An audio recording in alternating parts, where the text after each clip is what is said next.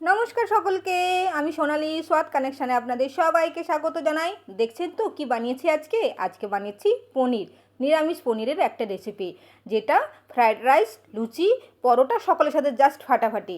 তাহলে চলুন পনিরের রেসিপিটি আপনাদের কাছে তুলে ধরি। তো প্রথমে আমি 300 গ্রামের মতো পনির নিয়ে নিয়েছি। দেখুন এইভাবে সাইজগুলো একটু বড় বড় করে রেখে দিয়েছি। এরপর একটা মশলার জন্য 8-10টা কাজু আর 2 চামচ মতন পোস্ত দিয়ে এটাকে ভিজিয়ে রেখে দিলাম। তারপরে এটাকে পেস্ট করে নেব। আর তারপরে একটা পাত্রে নিয়ে নিলাম 4 থেকে 5টা কাঁচা লঙ্কা, কয়েক টুকরো আদা আর নিলাম 2টো টমেটো কুচি, এটাকেও পেস্ট করে নেব। প্রথমে কড়াইতে সর্ষের তেল দিয়েছি আর সঙ্গে 2 চামচ ঘি দিয়ে পনিরগুলো ভেজে নেব। একদম লাল লাল করে ভাজবো না, হালকা পনিরগুলো ভেজে নেব। পনিরগুলো ভাজা হয়ে গেলে এরখানে দেখুন দালচিনি, লবঙ্গ, এলাচ আর গোলমরিচ আছে, এটাকে ভালো করে ক্রাশ করে নেব। ওটাই আমি ফোড়ন হিসাবে দেবো। তো পনিরগুলো ভাজা হয়ে গেছে, পনিরগুলো তুলে ফেললাম। এরপরে কড়াইতে আরও কিছুটা ঘি দিয়ে আমি, এটা সম্পূর্ণ নিরামিষ এই জন্য আমি ঘিয়েই বানাচ্ছি, আপনারা তাহলে সর্ষের তেলেও বানাতে পারেন।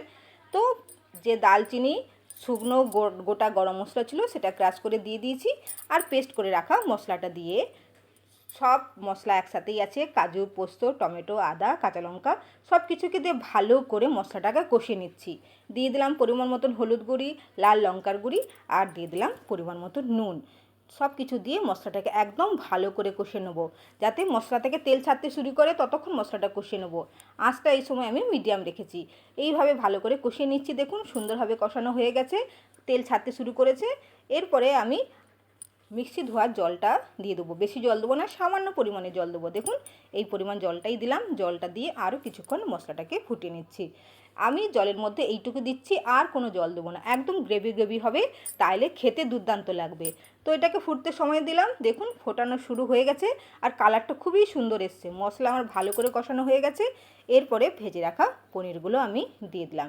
ভেজে রাখা পনিরগুলো দিয়ে মিনিট 2 থেকে 3 এটাকে ভালো করে গ্রেভির সঙ্গে ভালো করে এটাকে কষিয়ে নেবো বা ফুটিয়ে নেবো। আঁচটা আমি একদম লোতে করে রেখেছি। আর কোনো কিছু মশলা দেবো না, খালি আমি শুকনো খোলায় জিরেটা ভেজে রেখেছিলাম, সেটা ভালো করে গুঁড়ো করে রেখেছি। তো নামানোর আগে আমি খালি গুঁড়োটা দিয়ে দেবো।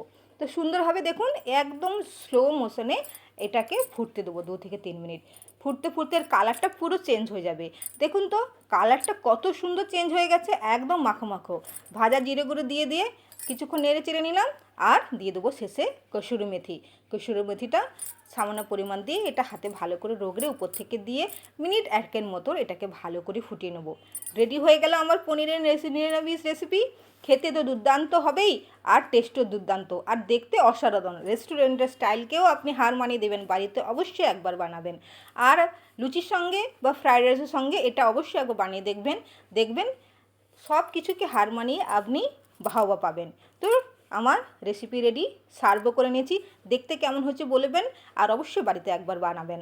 পাশে থাকবেন, ভালো লাগলে একটা লাইক দেবেন আর দেখার জন্য আপনাদের অনেক ধন্যবাদ।